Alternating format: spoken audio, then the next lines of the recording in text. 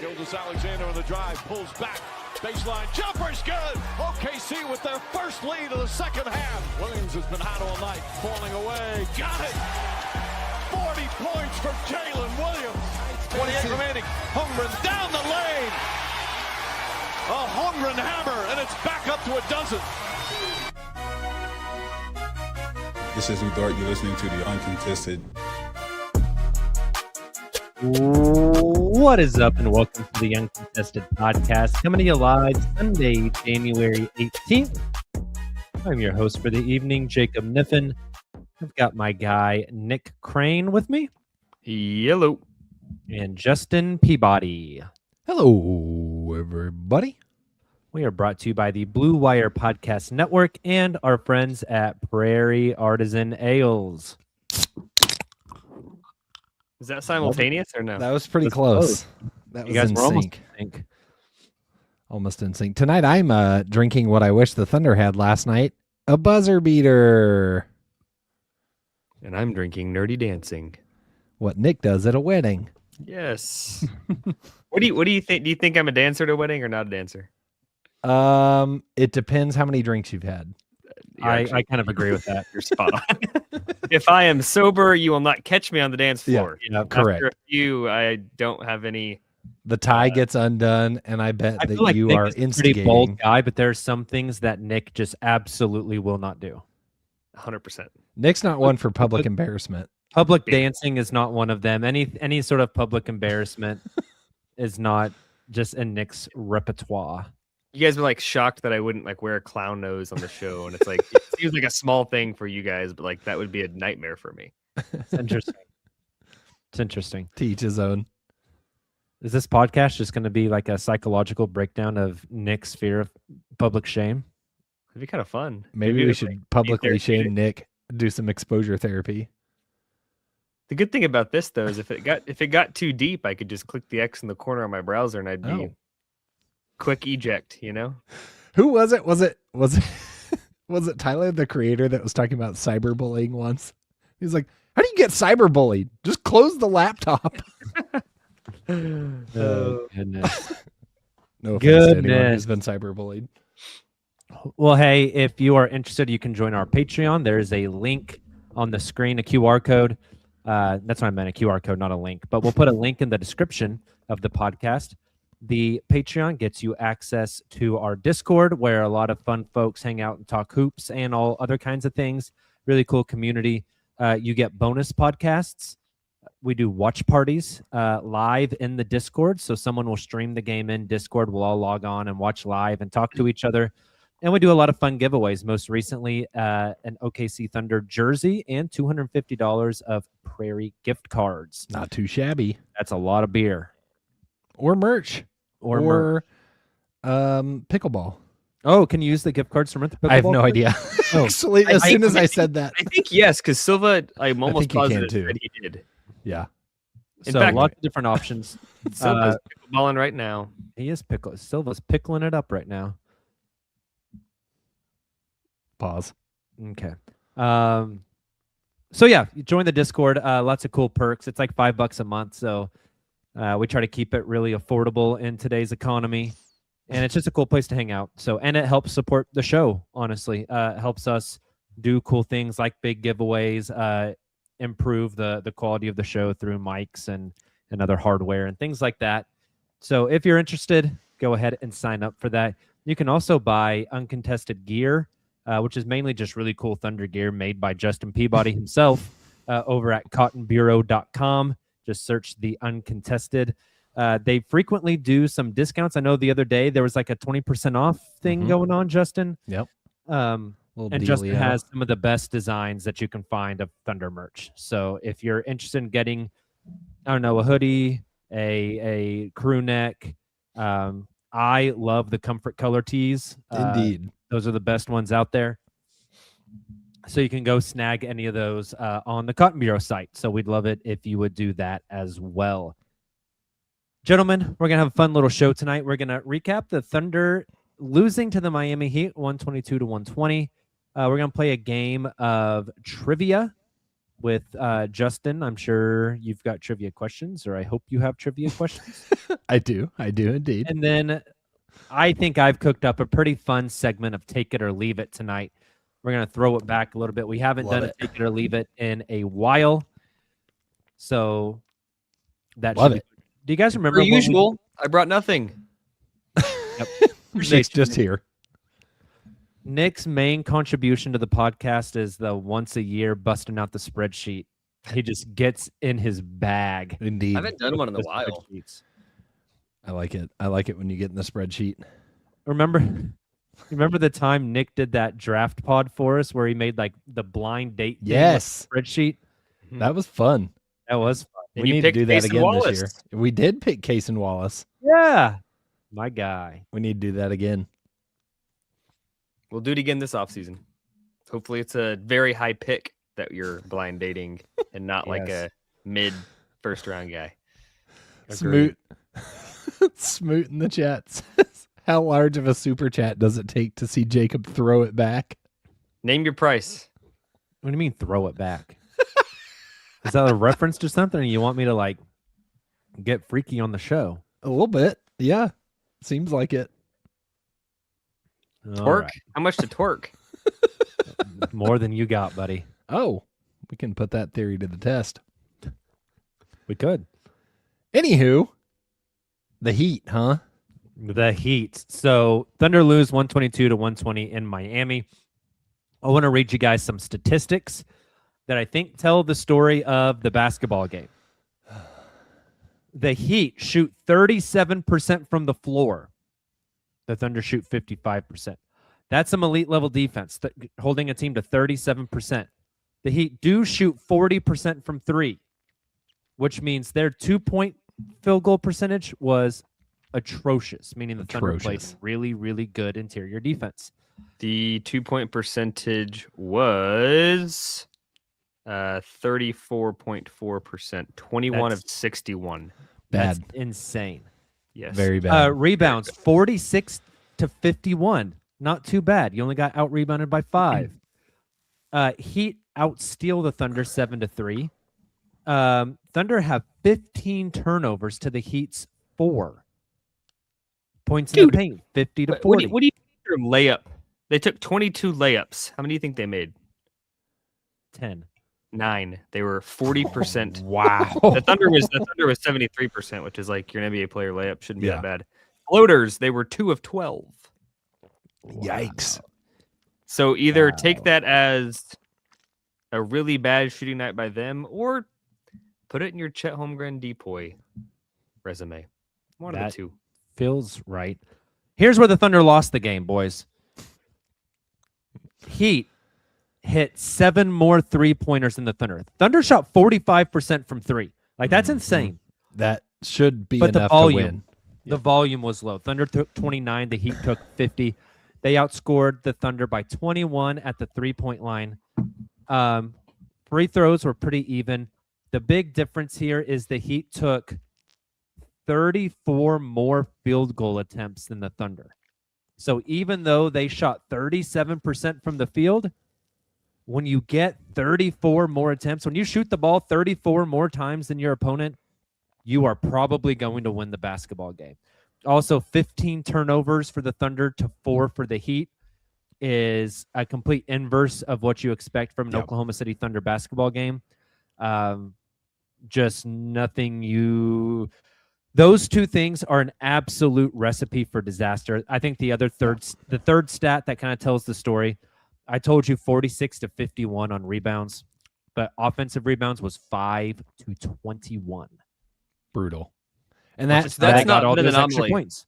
That's kind of been the theme of late. That's not like a new But thing. that's like an exaggerated version of the theme. Well, not recently. Like there was like a 21 to 2 the other night. Like That is true. That it's, one it's was very really bad, and it's still, I guess, technically an anomaly in the grand scheme of things. But like this time, it didn't pop off the page that bad because it's like, well, this is kind of what happens of late.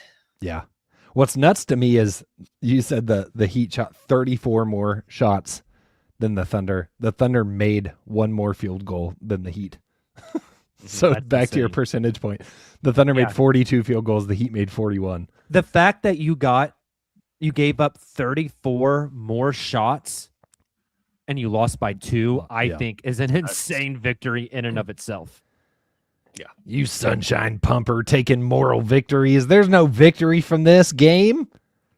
If another team shoots 34 more shots than you, you should lose the game by 30 plus points. Correct. That is true. Mhm. Yeah. It was not a pretty game. I think you could criticize the Thunder's defense, though some of the statistically, like the field goal percentage and things like that, I think point to success. You could criticize it in the same way that you could criticize it kind of in their recent skid. It didn't feel like they were as crisp in point of attack defense. I think that is reflected with how the Heat shot from behind the arc. They didn't look like what we saw in the Spurs and Rockets games, where it felt like, okay, this is them when they lock in. This is what you get when this team is doing what they do and what they did most of last season. I was hoping that was a turn the corner moment. I still think it probably is. You can have a bad game and still have turned the corner, but this felt much more like the games prior to that Spurs game than it did the most recent two. I agree. Other things we need to talk about with this game, Nick. I mean, I guess let's stop burying the lead and talk about J-Dub. Is that probably the next step of this podcast? That's probably where we need to go. Yep. So First J-Dub, half, yeah. right before halftime, driving to the lane, had like an awkward, he like kind of threw a backwards. I don't know if it was supposed to be a lob or just like a high reaching pass for Chet to just tip it up and in, but he landed kind of funky. This is J-Dub, and looked to be a hamstring. Thunder called it like a thigh whenever they announced him out for the game. Ends up being a hamstring on today's injury report. I think that the bigger picture context is we don't know how severe it is. I think any hamstring injury is enough to be concerned short term. What I keep mentally trying to juggle in my head was Dub not wanting to walk back to the bench, a not wanting to or not able to kind of thing. Like some guys are smart enough, if they pull a hammy, like you could immediately wave to the bench, like, come here. Was that him not being able to walk back to the bench, or was that him saying, I don't want to hurt this worse? I've been trained when this kind of things happen just to stay here and let them come to me. I think it's a very different outlook depending on that scenario. If he physically was unable to walk, that's probably a pretty bad hamstring. If it was I just don't want to make it worse and risk it, I'm going to make them come to me, then maybe it's not so bad. Like, he didn't appear to be like in a ton of pain. It was more like a discomfort kind of thing. I don't know. There's a lot of, like, hamstring's a weird one. Like, how do you even really predict? I don't know. Well, listed as a strain today, correct? Mm-hmm. Yep. I would assume it's been 24 hours. This is a guy that a company has now a $250 million investment in. I would assume he's been stuck in an MRI machine by this point. Yep. Right? That seems pretty fair to assume. And if that's the case, if there was something more significant than a strain, I think, and strains can vary, I understand. Yep. But like, we're not thinking rupture or tear or anything like that. That would be out by now. I don't like Probably. the way Nick just turn and act like he looked at his phone. Yeah. As soon as I said we don't think it's a rupture, right? Let me check my insider. No, I think probably. Like if there was a notification that comes out in the next 12 hours that says he tore his hamstring, I don't think that would be necessarily like out of step with the injury report today. But silver lining, it's a lot better that it said hamstring strain and that we didn't get that notification already. Yeah. So I think you take that as good news because there's not a lot else to go on.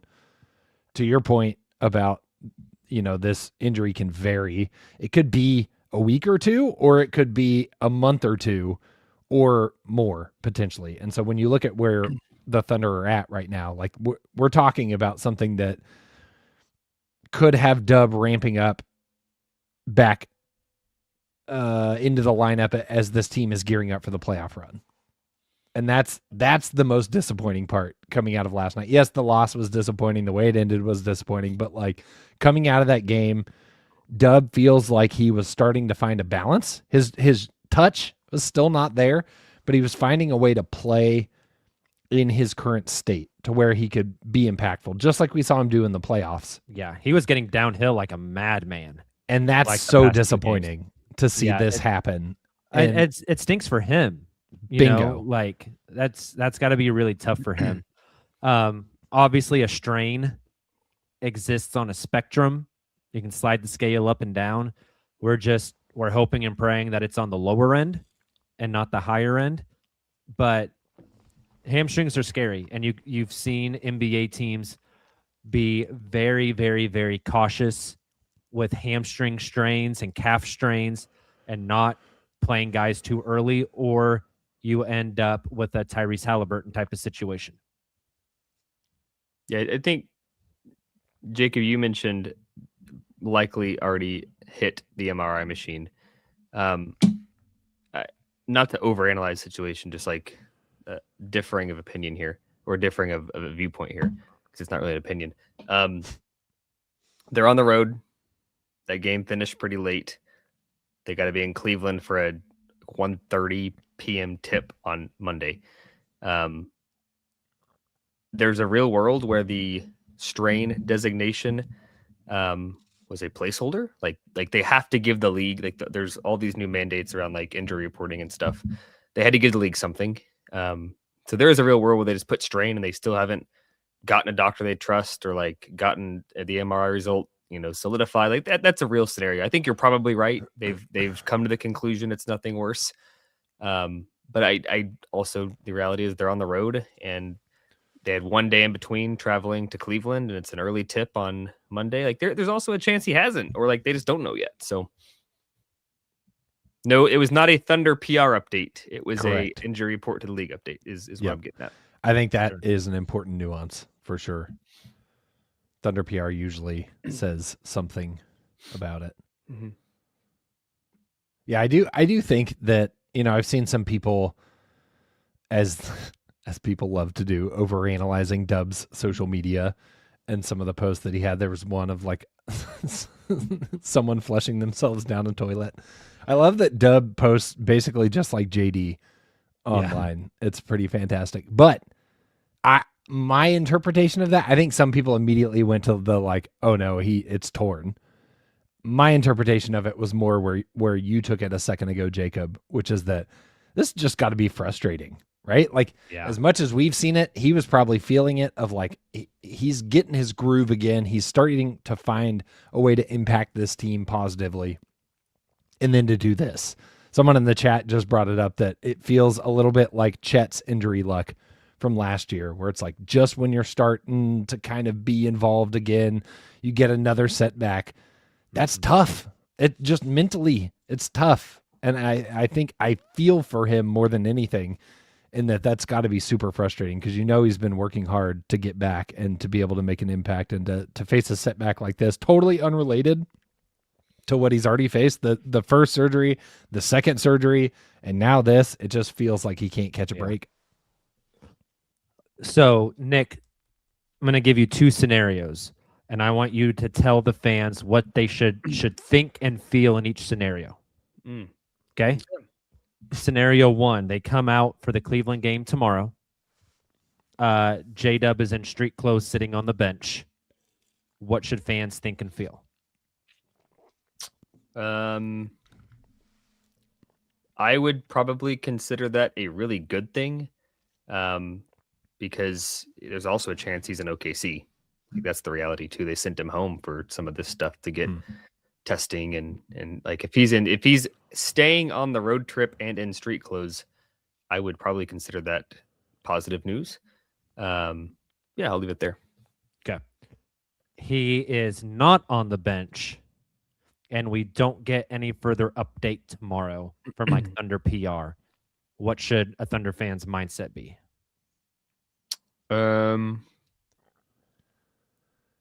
Whatever you're feeling now with the unknown, remain feeling that way, because I think it's very normal for a guy, whether they're on the road trip or not, to not be in street clothes on the bench, just doing their own thing. So like, I don't know. I guess like with those two scenarios, you probably feel better if he is still with the team, and that's speculation. They could just be waiting to get back, and finish up the road trip. You're not going to hurt it more by traveling. They already know he's going to be out. I mean, I don't know. There's a million. What do you think, Justin?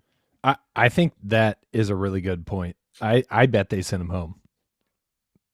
I bet they sent him back to Oklahoma City, got an MRI with the Thunder team doctors, and probably don't see him the rest of this road trip. Like, I think that scenario is probably the most likely scenario, is that we don't see Dub tomorrow. But I don't think that means like doom and gloom, everything's over. They go to Cleveland, and then they go to Milwaukee, and then they come home for a 3-game homestand. So like, no matter what the injury is, he's probably not playing in Cleveland and Milwaukee, even if it's a really minor strain, which we hope it is. So like, I now that you all say that, I think that's probably the most likely scenarios that he's in OKC right now. After talking it through, I think that as well. I think he's probably, Nick, you said like they're on the road. Maybe he hasn't gotten the MRI tube. I bet he's home and been through the MRI tube would be my guess. Yeah. I think so too. And I don't know how long you want to rabbit hole the J-Dub thing, though I think it's probably the single most important conversation you can have about the Thunder at this point in the season. There are silver linings to this. Like, devil on one shoulder, it's like this could definitely pop back up again in the playoffs. Like game 4 of a second round series, it's, you're down 1-2 and Dub does something to it, and it's like, oh, well, you're going to miss him until maybe the finals. That's a real scenario. On the other hand, there's a real chance he's out through the All-Star break. They work him back in slowly in March, and come playoff time, he spent a bunch of time working on wrist mobility off the court. He's completely healthy. He's energized. He hasn't been beaten. He even said it in an interview a couple games ago, coming back to the team, talking about like reintegration. He's like, it's kind of unique because like 20 games into the season, most guys are kind of like banged up and tired and fatigued at the season. He's like, I come in, I'm fresh. So he's like, I'm at a different speed than a lot of these guys just by nature. That could be another scenario where come playoff time, you look back and you're like, yeah, Dub is blowing by all these guys because he's fresh. Like that could also be a real scenario. So like, there's a million ways you could skin the cat here. And I just think easier said than done, but just like probably don't run all the scenarios in your head because there's a million of them. Don't skin the cat a million ways because it's already dead.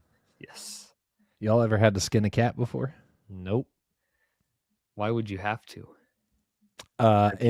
In high school anatomy, we had to skin it? Yeah, you had to dissect a cat.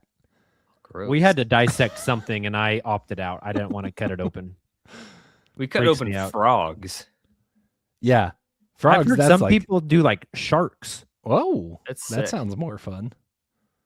That's awesome. Cat sounds miserable, dude. Yeah, it was not great. Not great.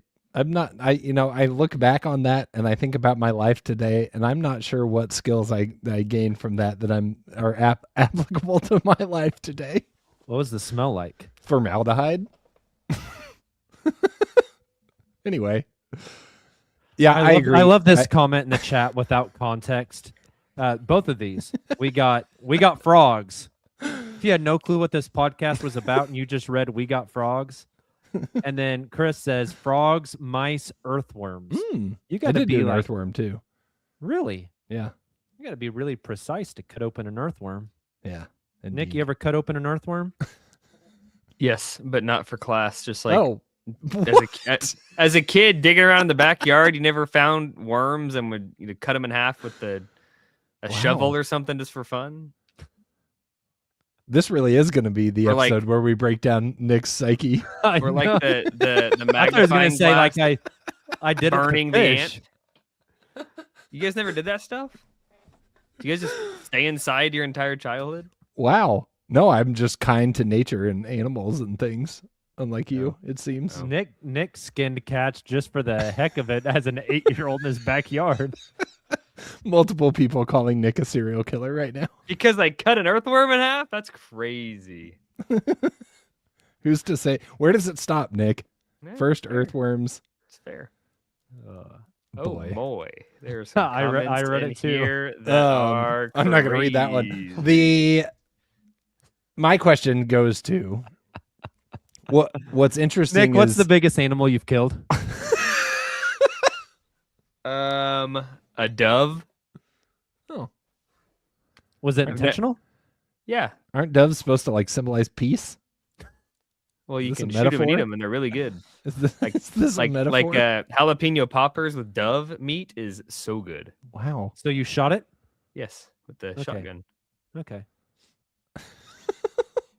Anyway, legally with the hunting license and a zoned area that was okay for it. that's good. Okay. So dove is the biggest animal you've killed. Sounds like you said dub. I thought you said dove. Dove too. is the biggest animal you've killed. We've Dove. come full circle. Yes. What I was going to say about The dove only dove I know is the body wash. or the chocolate. Anyway, Dub's I'll do injury. this hard. Dove. We, You're a Ghirardelli guy. Don't lie. I do like Ghirardelli. with Dub's injury. What animal do you The- think J Dub's killed? Oh my God. I'm kidding. I'm done. I'm done.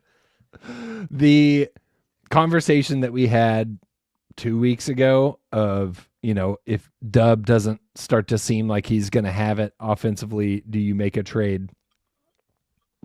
Do you think the outcome of this injury incentivizes anyone to revisit that conversation? Hold that thought for take it or leave it. Okay. Good. And with that, let's Okay. segue over to some Prairie Trivia. All righty then. Prairie Trivia. Oh, dang it. I got to play JD tonight. I got to put this up. Boop.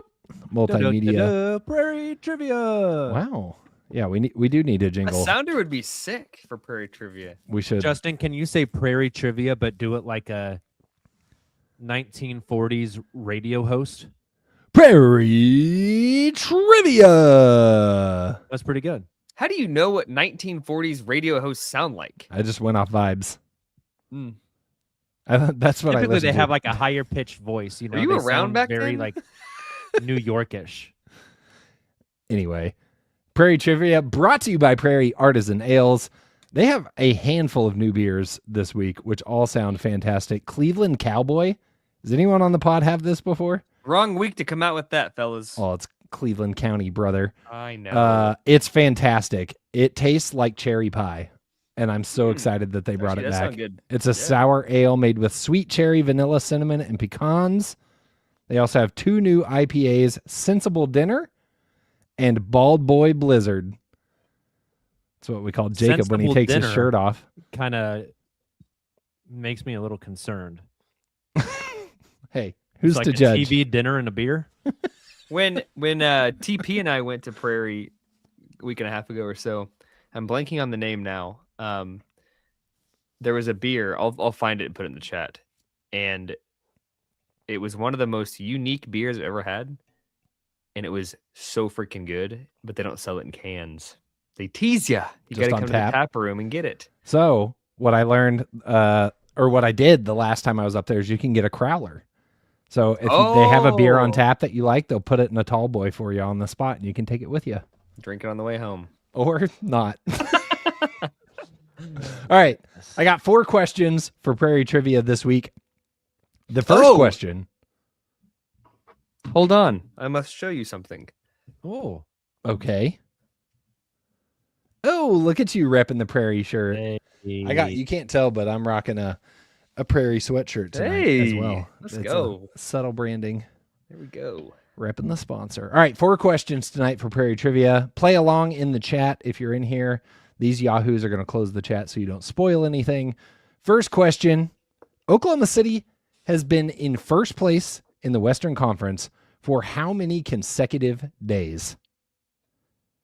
Days or long? season days? Days. does this go back to last season as well? I don't know. You tell me. It's however long it's been since the last time they were not in first place in the West. And if you want to guess a date, that's fine too. No, And I'm putting Okay. a day number. great. It had to have been There was a tweet that April? was season days, but April 19th of 2024, three-way tiebreaker, last day of the season, 2 years ago before they went into the Maverick series. I don't know how many days that is, but I'm going to go date. okay. I'm going days. Hold on. Nick says April 19th, 2024. You got a date calculator for me? It was 635 days ago. That's my answer. That is your answer. 635. Got it. Or nope, 638. Don't know why the first one just was 638. wrong. Jacob says 430. Nick, I love the logic. Unfortunately, you pinpointed the wrong date. Jacob was very close. The answer is 420. Oh, dang. 420. 420 blaze it. I've never smoked weed in my life. Oh, did they not have it to start last season for a few days, so it broke the streak? So, question number 2, which team was in first place when Oklahoma City took over? 421 days ago. So 365 days ago, Nick, was mid-January. I mean, it had to have been like October. They were 5-1, and somebody else was 6. And like, I think we're looking November-ish. I'll tell you, it was November 23rd, There you go. 2024. So a month into the season. Who was in first when Oklahoma City came for the crown? Nick says Denver. I'm going Denver as well. Jacob says Denver. The answer was Golden State. I knew that. Golden State was 12-3, while knew Oklahoma that. City was 12-4. Because that's why that Golden State game was so big that Chet got Mhm. hurt in, because both teams Exactly. were really good. Yep. The OKC Warriors was were off to a good start. 9-1 or 8-1 at that time. Yep. Warriors must have been somewhere in the same ballpark, obviously. Indeed. Dang. Okay. Well, they've been the number 1 seed for the vast majority of the last 683 days. Which is nuts. Yes. Next question. The Miami Heat on Saturday took 111 shots. That is the most field goal attempts since 1993. What is the most field goal wow. attempts in a game ever? Most field goal attempts in a game ever. Bonus points. if This you got to can be like a crazy guess who. overtime game. Maybe. Potentially. Nick says 114. Jacob says 140. brother. The answer, in 1961, the Philadelphia Warriors went to 3 overtimes against the Los Angeles Lakers and hoisted 153 field goal attempts Are you kidding me? and lost. Wow. The Lakers put up 138 in that Are game. you kidding me?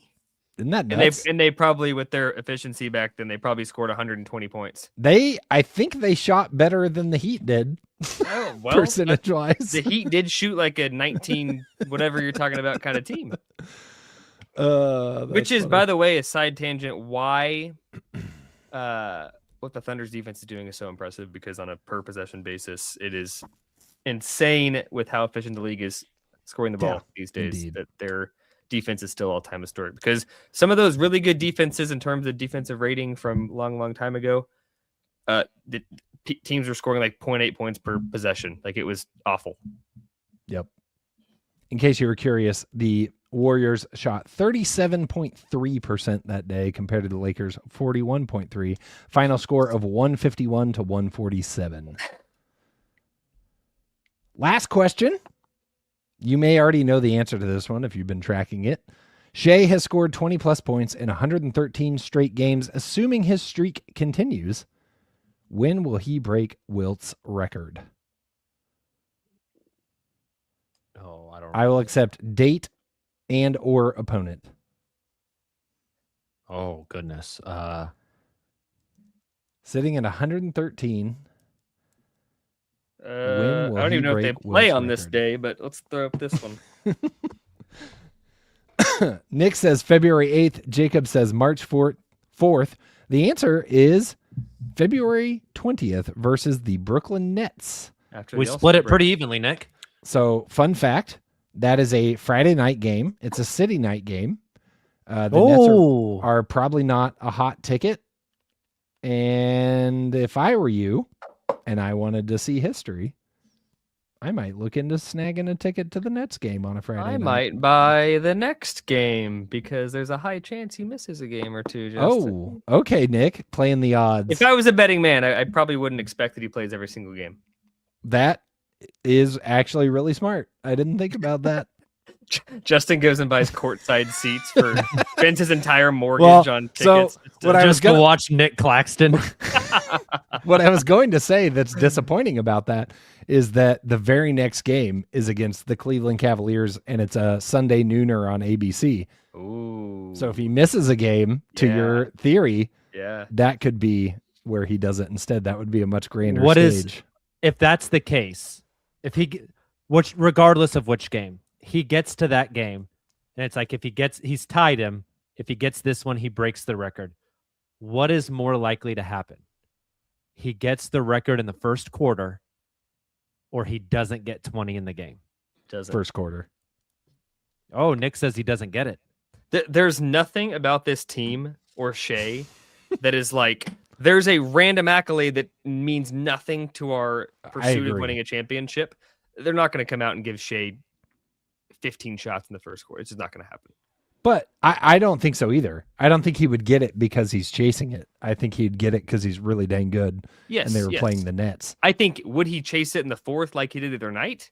Also, yes. Like Yeah. he's getting it on the day he's supposed to break. He Yeah. will play fourth quarter up 38. Like it's going to happen. But I don't think you're going to see it in the first quarter. He's going to let it try to come to him naturally. I first. agree. He's not going to force it. Yeah. But I'm All with right. you. I chose that one because I don't think that opportunity would come and he just wouldn't get 20. Now, Russell Westbrook would get it in the first 4 minutes. Indeed. Absolutely. All right, you guys want to play some Take It or Leave It? Yeah. Let's. Feels like it's been a while since we've done this. It's a classic. So I have, let's see here, 1, 2, 3, 4, 5, 6. I have 8 Take It or Leave It's. Couple options we can do here. I can throw one out and you guys can debate it together. I can throw it out to one of you, you answer it, and then the other person can respond. Obviously, as hosting, like I'm not going to answer them, but I would like to chime in on a few of them and have conversations. Which do you guys prefer? Just since there's 3 of us, just throw it out. We can all debate and then choose consensus. Let's do that. Sweet. Well, then, since we're going to do that, I'm going to bounce back and forth, having you guys choose a number. Oh. And that is, I wasn't waiting for you to give me an answer and then just do the exact opposite. I'm going to have you guys give me a number, and whichever number you give me on my 1 through 8, that's the one I'll read you. Sound fair? Sounds fair. Like Jeopardy. This is so exciting. Nicholas, which one would you like? Number 1 through 20. You actually made 20? I thought it was 8. Sorry, 8. Number 8. 1 through 8. We don't have 20. What? I'm tired. Give me number 8. Number 8. Take it or leave it. Dub's leg injury that we don't have a ton of information on, plus returning from the wrist, are the Thunder's biggest concerns when it comes to the playoffs and winning a title. The biggest concern for the entire team, take it or leave it, the biggest concern on winning another NBA title rests on Dub's leg and wrist. Assuming we can only consider things that are currently in the realm of possibility a concern, meaning like Shea not going down for the year is not a concern because it's like not Exactly. big. Yeah. Exactly. Then absolutely. Like if Dub is out or not himself for the playoffs and the Thunder don't address it at the deadline, which I'm sure you'll get to, I would be pretty surprised if they won a title. So yeah, that's a pretty easy one for me. I agree. I would also take it. This team needs him to be able to impact the game at a high level.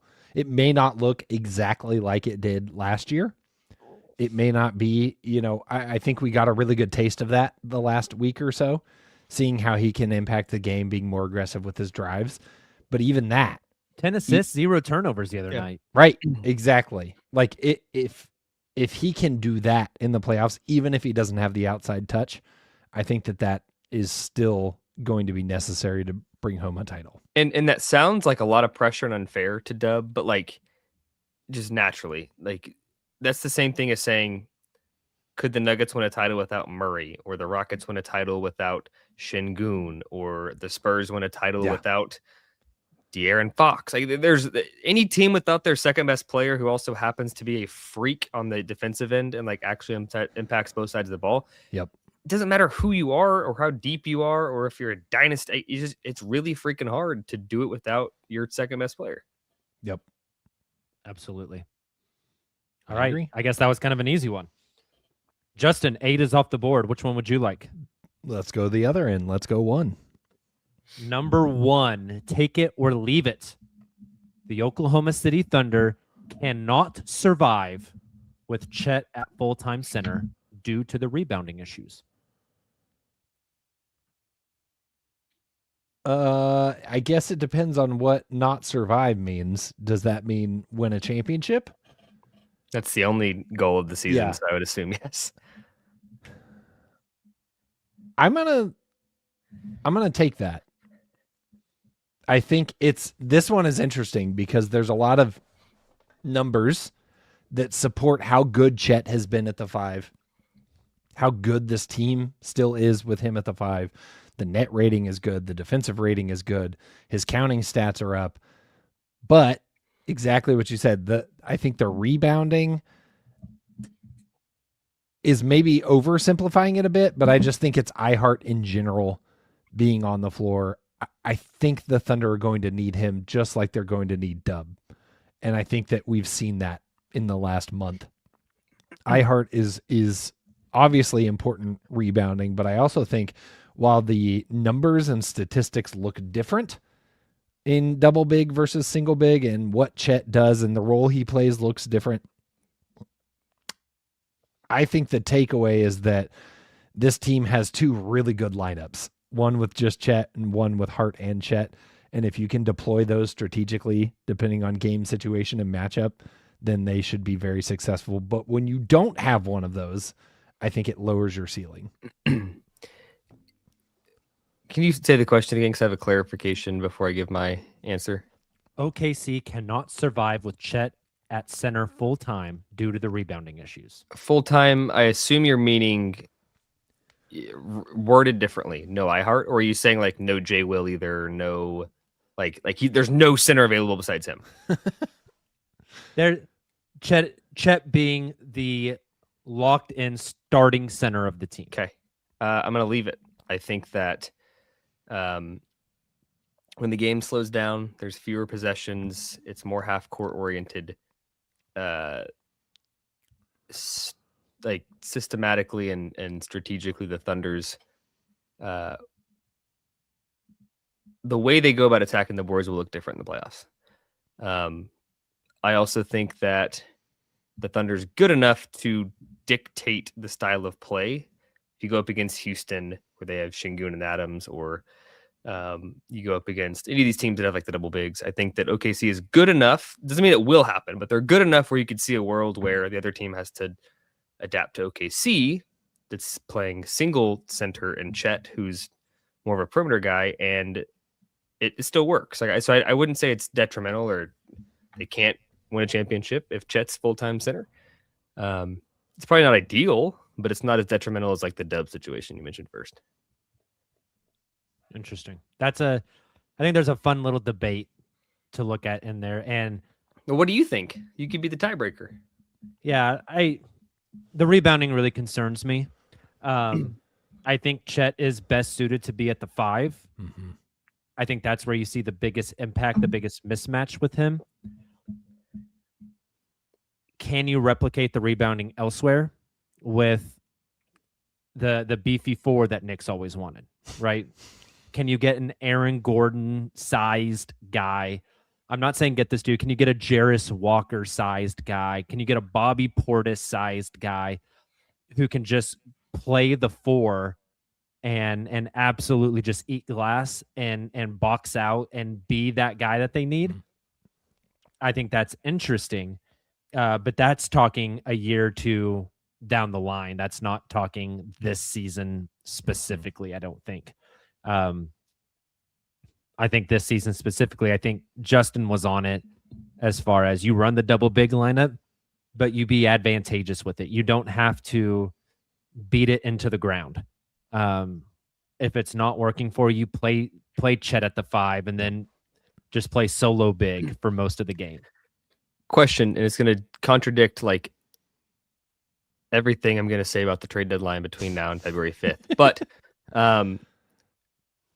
who's to say that Jay Will is not a beefy 4? It's fair. Give him like if you think about a beefy 4, what are you looking for? You're looking for a guy that's strong, physical, big, can space the floor, can handle the ball, can pass. My worry would be defensively. I just don't think he has the foot speed to keep up with other 4s. It's the same with Bobby Portis. Like again, I'm an advocate for Bobby Portis. So this is me contradicting myself, but like a lot of what Bobby Portis theoretically brings to this team, Jay Will also brings. Is he the best fit next to Chet as a 4 ever? No. But I think if you got in a situation where a team was playing double big and that was your only option, it's not a bad one. For sure. Totally agree. A couple of people in the chat calling out Sorber as well. Another what if for this team. But absolutely. Could his role have filled that void? That's why they drafted him. Mm-hmm. So, all right, that was 1 and 8. Nick, you get to choose the next number.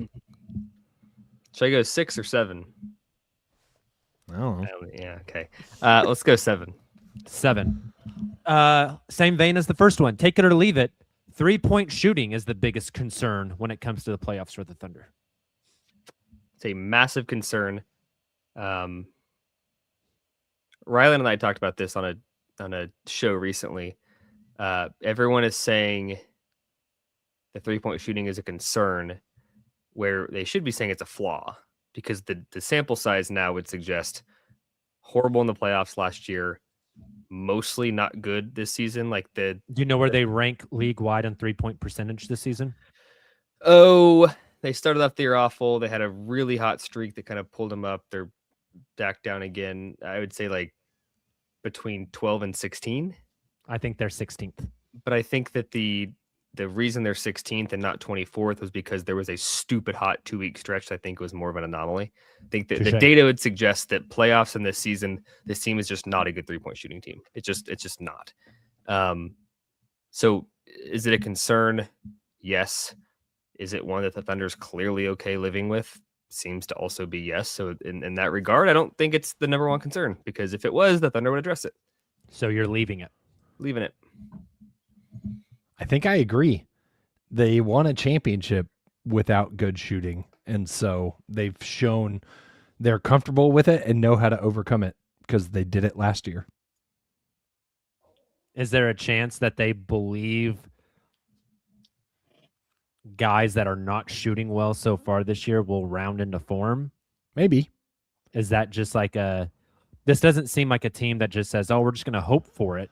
Yeah. You know, it seems like a team that would say, like, we have analytics and data and evidence to back these things up. Like Lou Dort comes to mind. Yep. Early Lou on. Dort and Jay Will and guys that were reliable from deep last year that you've not been able to rely on this year. Mm-hmm. I think they're opportunistic is maybe the right word.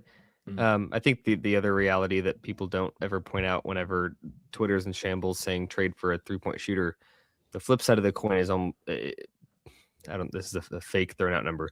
70% of the 3-point shooters in this league don't play defense. So like the type of shooter the Thunder would need to acquire, one guy's not fixing the 16th ranked 3-point shooting, or the 14th out of 16 teams in the playoffs last year. But if you're going to go get a guy that shoots threes to play on this team, I don't care if you're 50% on 9 attempts. You ain't playing if you don't play defense on this team. Mm-hmm. And so the pool of guys that actually fit, that could help, not fix, but help, is very small. Mm-hmm. Yeah, I agree. I think the 3-point percentage improvement for the team comes from marginal improvement from a bunch of guys internally. Yes. I agree. So we've done 1, 7, and 8. Justin, which number do you want next? Let's do 6. Number 6. Take it or leave it. One of OKC's biggest threats in the West being the Nuggets, Rockets, and Spurs. Would you guys say any other team is in the tier of like biggest threat? I think that's fair. Okay. There is an increasing case for the Timberwolves, who have played really well of late. Eye test, metrics, everything aligns as them being a fringe contender, clearly a playoff team, but a fringe contender. Yeah, they also got smacked in the Western Conference Finals, though. Totally, 2 years in a row. But like the fact that they've gone 2 years in a row tells you they're good enough and their style works in the playoffs. I just don't think that Julius Randle, who's probably going to make the All-Star game, maybe over Chet, I just don't see him as a viable number 2. I just really don't. I just don't see it. I agree. 100%. Okay. So take it or leave it. One of OKC's biggest threats in the West, being the Nuggets, Rockets, or Spurs, make a quote. Oh, that wasn't the question? No. Make a quote. We're going all in for it. Trade at the deadline. Wait. Okay, so sorry, I was fooling around. Say it again. Take it or leave it. One of OKC's biggest threats in the West, make a quote. We're going for it. Trade at the deadline. Okay, whatever option is there, one of those teams will go for it. Take it. Take it. I think I'm taking it too. I think. Then tell us which team and I think it'd be the Rockets. Just because that's what the Rockets always do. Are the Rockets going to try to get John Morant? Oh, no, boy. God, no, they're not. No. What the Rockets will do, which is what they should do, if you just look at their positional balance, they have not a bad thing, but they have a lot of perimeter-oriented forwards who can play both sides of the ball. You got Jabari Smith, you got Tari Easton, you got Dorian Finney-Smith. Like the list goes on and on with the Rockets. Even like Josh Okogie is playing like decent wing minutes for them, even though he's undersized compared to those other guys I mentioned.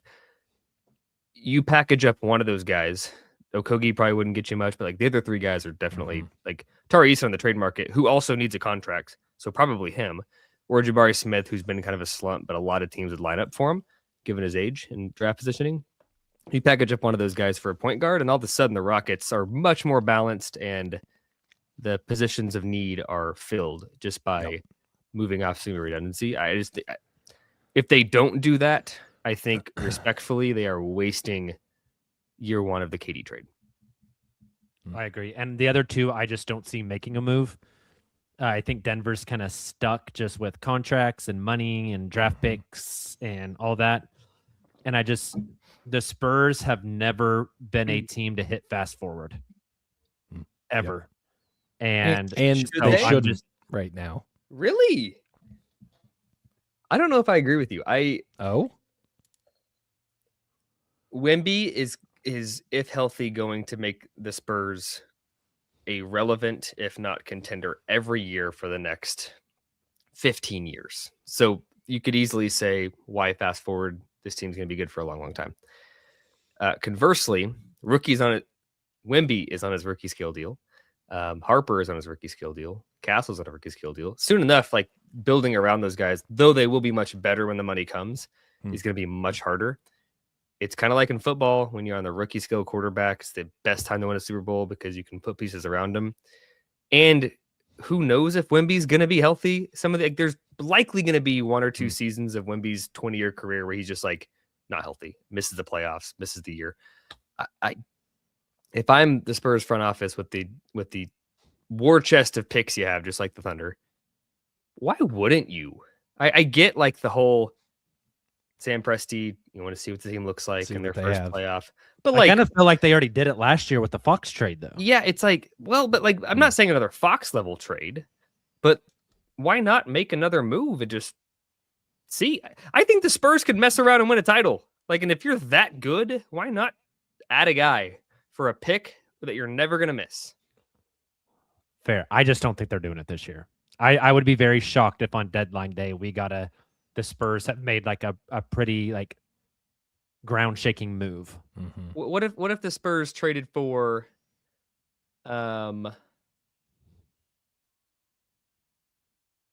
Okongwu?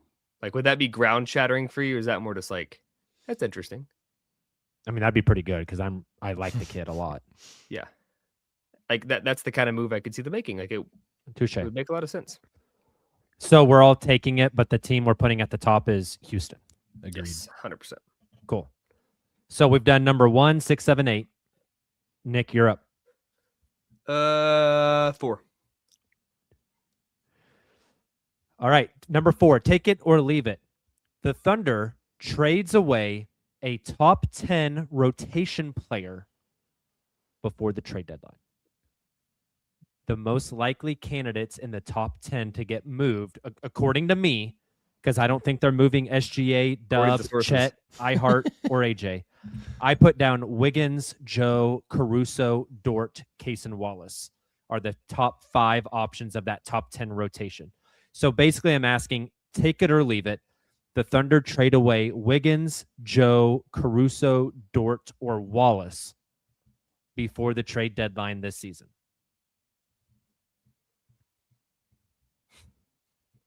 I'm going to leave it just because you always take the field. I would not be shocked if Isaiah Joe got moved. Would not be shocked. Do I think he's moving? No. Would I be shocked? Also, no.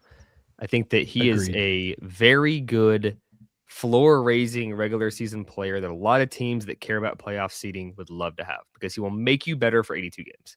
And he will raise your ability to be the 4th seed in the East if that's your aspiration. In the playoffs, I still just don't think he's going to play a lot of minutes for this team, despite their biggest need being 3-point shooting. That's what he does, which tells you a lot about his defense. And it's not like he plays bad defense. No, it's just this team is unreal. And I think you could probably get a decent player with Joe plus picks, especially if you attach Oos and the right team thinks Oos has something. And his contract is probably the only one where you could get a player that's rotation eligible for the Thunder. So I'm going to leave it because the likelihood is one of those guys is not traded, but just wanted to put that little footnote in there. I agree. I'm also leaving it. And I also buy your logic. Like, I think I would also pick Joe as the most likely candidate to move for exactly what you said. Coming off of the playoffs last year, I don't know that he has the trust to get a lot of burn in the playoffs. And that is the point of everything. And he's a really good player. Like, this is not he's a great player. Shitting on Isaiah Joe. He's an awesome player. And like for the Atlanta Hawks is probably like their 7th best player and averages 15 a game with hoisting 8 threes and playing 25, 30 minutes. But like on this team in the playoffs, it's just a different ball game. Absolutely. All right. I'm choosing the next number because these two go together. So I'm going number 3 here. Take it or leave it. OKC makes a trade for a top 9 rotation player before the deadline, meaning they're going to bring in somebody who would fit in with these other 8 guys. He might be number 9. He might be number 8. He might be number 7. But I have the top 8 right now as SGA, J-Dub, Chet, Hartenstein, Dort, AJ Mitchell, Alex Caruso, Case and Wallace, new guy. So the new guy has to fit in somewhere in better there. Than Kenrich Williams, better than Aaron Wiggins. Kenrich Williams, Aaron Wiggins, Isaiah Jones. A high bar. The Thunder trade for a guy that would slot in above at least Wiggins, Joe, Kenny Hustle before the deadline. Take it or leave it. I have a really, really strong opinion on this one, so I'll let you guys go first, and then I'll wrap us up. I think I'm going to leave it because similar to the answer on the last one, I just don't know that type of move is coming. I do think that if they make a move the answer to this would be yes. Like, they're not making a move for someone who is not in the top 8 guys on this team. Besides, if it's an oos for a guy that we're just gonna waive. Okay, yeah, good thing. point. Yeah, if it's something like that, that is fair. Didn't they do that last year even? Who's the random big they signed? Or was that 2 years ago?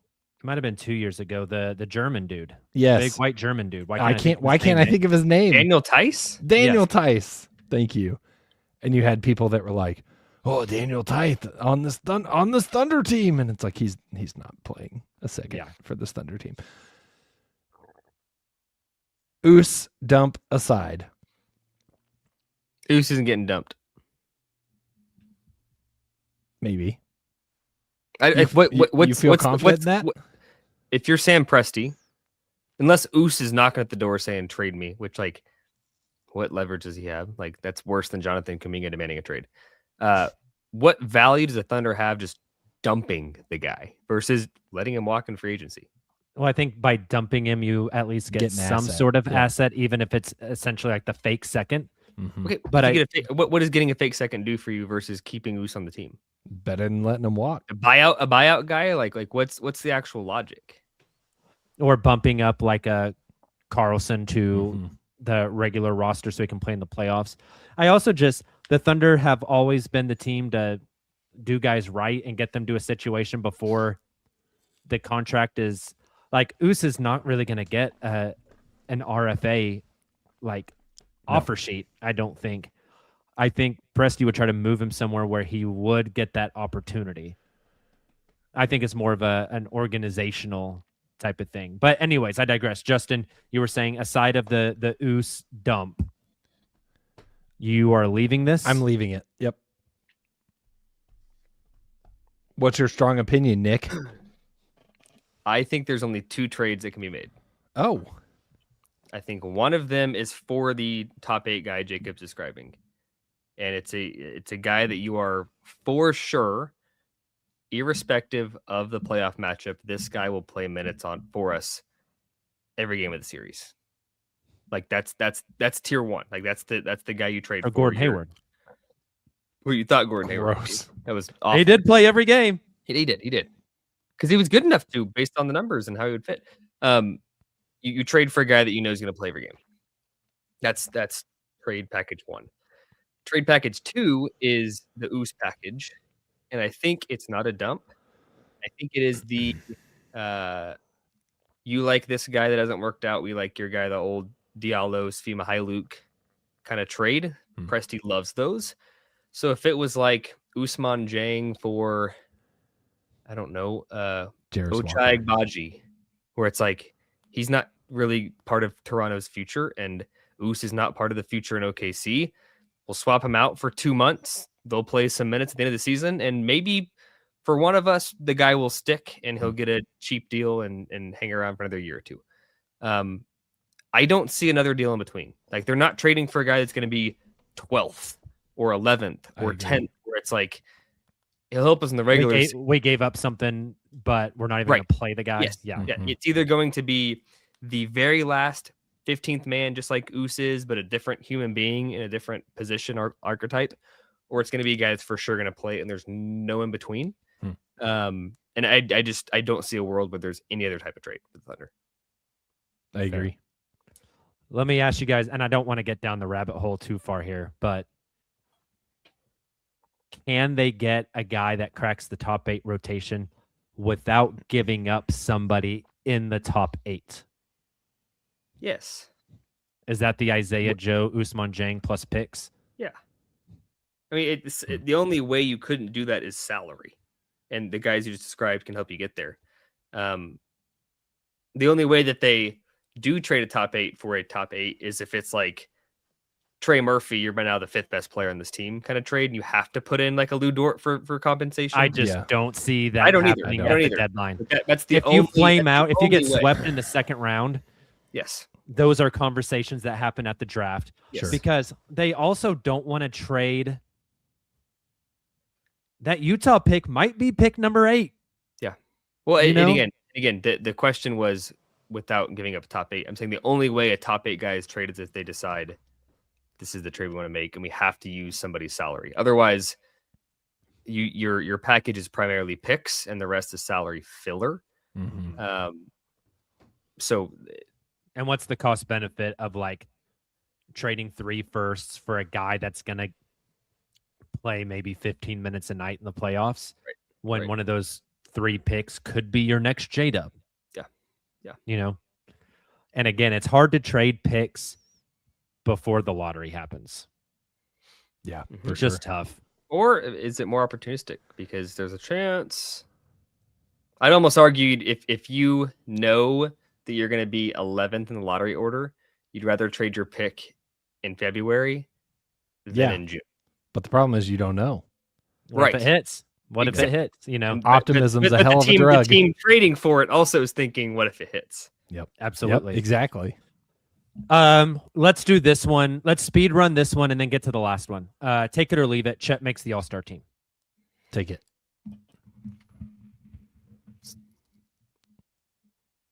They're going to give the number 1 seed 1 All-Star. It's ridiculous. I think I'm going to take it.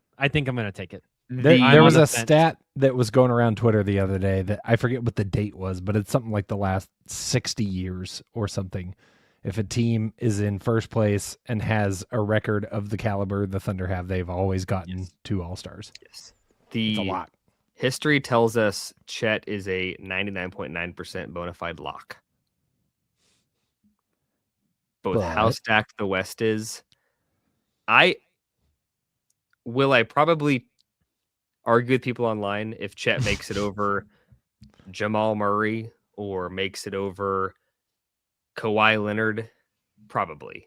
But the reality is both of those players who are also like kind of on the border have been better basketball players than Chet Holmgren this season. That's the reality. I'm gonna leave it. I don't think he makes it. I know it's like the coach's decision. It's not gonna come down to fan voting, which he wouldn't win it in that case anyways. But like, I think it's gonna be one of those outrage years where it's like this has never happened in a long time, where the number 1 seed by a mile gets just Shea.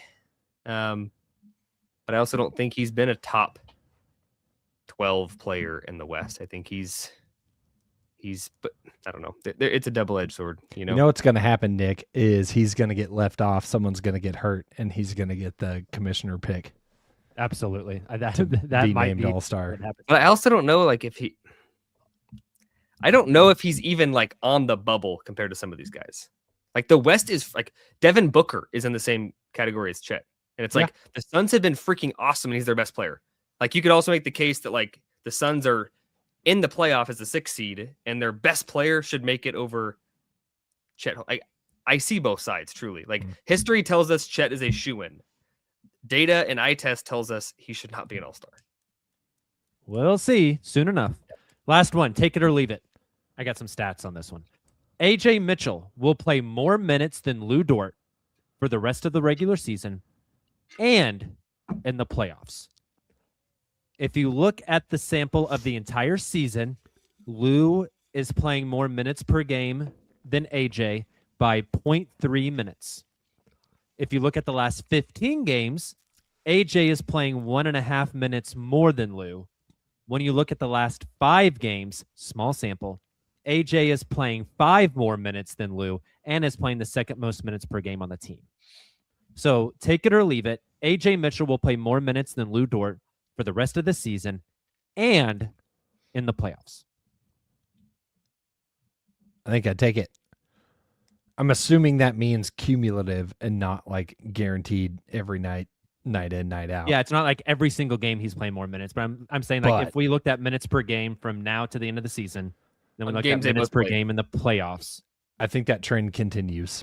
And I think there's going to be people in the comments because it feels like there has been every show lately calling us a bunch of Lou haters. At least in my answer, it's a little bit less about Lou and more about AJ. I think AJ has earned the minutes he's getting because he is such an engine offensively, which this team needs, especially with Dub out and Hart out. They need somebody that can get the offense generating some points, and AJ does that. Lou Dort does not. Lou Dort, when he was hitting threes, is a great. He can also score, but it's within the flow of the offense. AJ can help initiate it. And then on the flip side, AJ has been so good defensively. I think that has continued to be impressive, especially this recent stretch when guys like Lou and Kaysen have not been as good, have not looked like historically what you would expect. AJ has risen his defensive prowess, and I think that's been incredibly impressive, and that's going to earn you a spot on the floor, just like we talked about earlier with Isaiah Joe. I think AJ Mitchell is a better player than Lou Dort today. It's my opinion. It's what the eye test tells me. Get the comments ready. Defensive box plus minus, which is not, it's a lot of a team stuff, but also suggests that AJ Mitchell has been a better defender than Lou Dort this year. Overall BPM, AJ Mitchell a hell of a lot better than Lou Dort, who's a negative BPM this year, right behind Usman Jang. VORP, we've got AJ Mitchell over Lou Dort, who's 14th on the team as well. I just don't think there's no way around it. Lou VORP. Based on the way these guys have played through 42 games, right? I think that's right. 42 games. There's nothing that points to Lou being better than AJ on either end of the floor. Now, you could argue history and when the playoffs comes around and what Lou has done for the franchise, that's a different conversation. This season, through 42 games, AJ Mitchell is a better player than Lou Dort. So I'm going to take AJ over Lou in terms of minutes because he deserves it. I really hope Lou is able to turn it on because he's such an integral part of the team. He's also just a great dude. I really like Lou. I know some people in the comments call me a Lou hater. I think both things can be true, that I can love Lou Dort and hope that he plays well, and also say that he hasn't been playing great basketball. I hope that can turn around. I think he'd say that. Yeah, absolutely. Yeah. So I don't hate Lou Dort. I love Lou Dort, and I want him to play well. Just don't think he's playing the best basketball right now. Lou Dort behind you, or is that somebody else? Over here? Yeah, it's Caruso. That's the GOAT. Didn't you used to have Lou Dort behind you? Yes. Oh, you took him down. You are a Lou hater. Stop. Exposed you on accident. My bad. I think there is a world in which in a year the starting lineup could be Shea, AJ, Dub, Chet, Hart. In how many years? A year. Oh, will Hart be on the team next year? Nope. Another good question. I think we could also dive down a deep rabbit hole on that one too. Yeah. Off-season content. With Dub out and Hart out, they're replacing two starters. Yep. Is AJ going to be in that starting lineup tomorrow? He starts. He plays 4 minutes. He goes to the bench. He comes back in and runs the second unit with about 3 minutes left in the first quarter, and then runs it for the second. And then Shea comes back in with 9 minutes left in the second and runs it from there. So are the starters tomorrow going to be Shea, AJ, Dort, Wiggins, Chet? Yep. Dang, you're going really small at the 4. I think it's against Evan Mobley. Well, who else would you start that's bigger? Kenrich is the only option. That's exactly what I was asking. Caruso is just like they're allergic. You were arguing J Will as the beefy 4. He could. I mean, he's a real option. That's interesting. If you start him, you have to do the same thing you do with AJ, where you take him out 4 minutes in and let him run the second unit. Otherwise, you're asking for Carlson minutes at the center, he's also a fun player for a two-way guy. But it's not a coincidence that the Thunder's awful stretch of games where the sky was falling, Carlson was playing a bunch of minutes.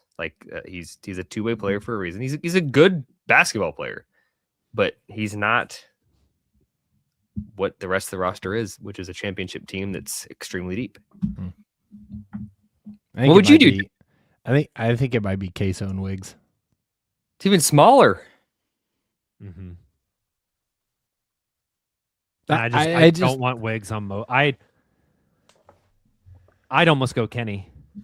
I like the J That's Will really idea. The interesting. J Will idea. The J Will idea is fun. So do you take AJ and J Will off the floor early, insert them both back in when Chet and Shea check out? Is that how you run it? You take J Will off, put Kenny in. Yeah, and then you put. I don't mind that. I think Kenrich Williams' minutes starts to go up because I think he can guard the same type of guys that Dub can guard, just not as well. Yeah. I think Kenny's kind of the defensive versatility. Kenny is the Unk version of J-Dub. Can I ask a question? Oh, why are we being crazy? Steven in the chat. Start Caruso at the 4. No, I literally said they're allergic to starting Caruso. Yeah. I agree. Caruso's going to play 15 minutes a game. I know. And be crazy impactful. The obvious domino fall of all of this, we've talked about this in the show a little bit. If J Dub is going to miss a bunch of time and may re-injure himself in the playoffs, and you want that insurance, the obvious thing is go trade for a guy that can give you buckets. They don't have to be J Dub caliber, but go get you a guy that can get you buckets. The phenomenon we just described, should the Thunder not be going and looking at maybe another big? Yeah, go Kongwu, baby. I mean, that's a dream scenario, but like, Kristaps Porzingis buyout, baby. He would be so sick. He'd fit like literally sick, but like also sick. You can't say that. It's a real. I'm not making fun of it. Like literally sick. You're trying to push the Portis agenda. I know you are. No. I'm saying real big. I'm not saying beefy 4. I'm saying like a real center. Like I just said when this team was at their worst, he played a lot of minutes at center. Brandon Carlson. Mm-hmm. Oh my gosh! Hold on. Smoot just brought up a great point. I kind of am in on a Bobby Portis trade because then we could use so many King of the Hill memes. Okay. Dang it, Bobby. If that's what's selling you, but like they were the worst when Brandon Carlson had to play because there was no centers. We're talking right now how small they're going to be with no center to start for the foreseeable future. I think that screams maybe you need another center. I've thought that for a while, Nick. I just don't know who it is. Jalen Smith, welcome to the Thunder. Okay. Nick knows who it is. Jarris Walker, welcome to the Thunder. Jacob's back to pushing his Jarris Walker agenda. Jarris Walker is a really fun, interesting player, but he's not going to play playoff minutes. He can't even play. He can't even play for the Indiana Pacers. That's what I said earlier when you said, trade this prospect doesn't fit for another team's. This prospect doesn't fit. Jarris Walker. He'd be the 15th man on this team, just like Oos is. You think so? Who's he getting minutes over? Not name somebody. Name Brandon any player. Carlson. 15th. Brandon Carlson. He's Carlson's by default 16th or 17th. He's two-way. Okay. Tell me who in the 15-man full NBA contract that Jarris Walker is playing minutes over. You can't. That's not shitting on Jarris Walker. That's just Nikola Topic. Okay. Wow. Okay. Wow. Obvious. Sorber. Guys that are healthy, he is not playing a single minute over them. Other than Oos, who'd be traded for. I can't think of a single name. Like I really can't. Jacob loves Jarris so hard. Who's the worst? Remove Ousmane Dieng. Who's the worst player on this team that's healthy and on a 15-man roster spot? Who's the worst player that is healthy and what? One of the 15-man guys. Like, there's not a bad player. Like, it's just like you're splitting hairs. Yes, there's not a bad player. Who's the worst? Like, and you have to assume. Let's say the worst player on the team that's healthy on the 15-man is Brooks Barnheiser. Is it Kenrich? It might be Kenrich. Is you're telling me Jarris Walker is going to get minutes over Kenrich? You are so wrong. Look, Nick. I'm just trying to have a good time. All right. I know you are. I know. He's just that was the most condescending way you could have ever said anything to me ever. He's just reliving his old draft crush. Okongwu was a draft crush too, and he actually would play on this team. So he would be awesome. Pivot to him. You know who else was a draft crush of Jacob's? Denny Avdia, and he's a basketball terrorist. But he's also really I'm glad you put basketball before that. Thank you guys for tuning into the Uncontested podcast. We super appreciate you. We will be back again this coming Thursday, so make sure to tune in, and we will also be we'll be all over social media. Hopefully we will get some good news on the J-Dub front very soon. I think that's all we got. I think we're getting out of here. I can't think of anything else to say. Join the Discord, sign up for the Patreon, buy some t-shirts, or don't. Just tune in and listen to. We also appreciate that. You guys have a great start of your week. We'll talk to you soon. Until then, and as always, Thunder up.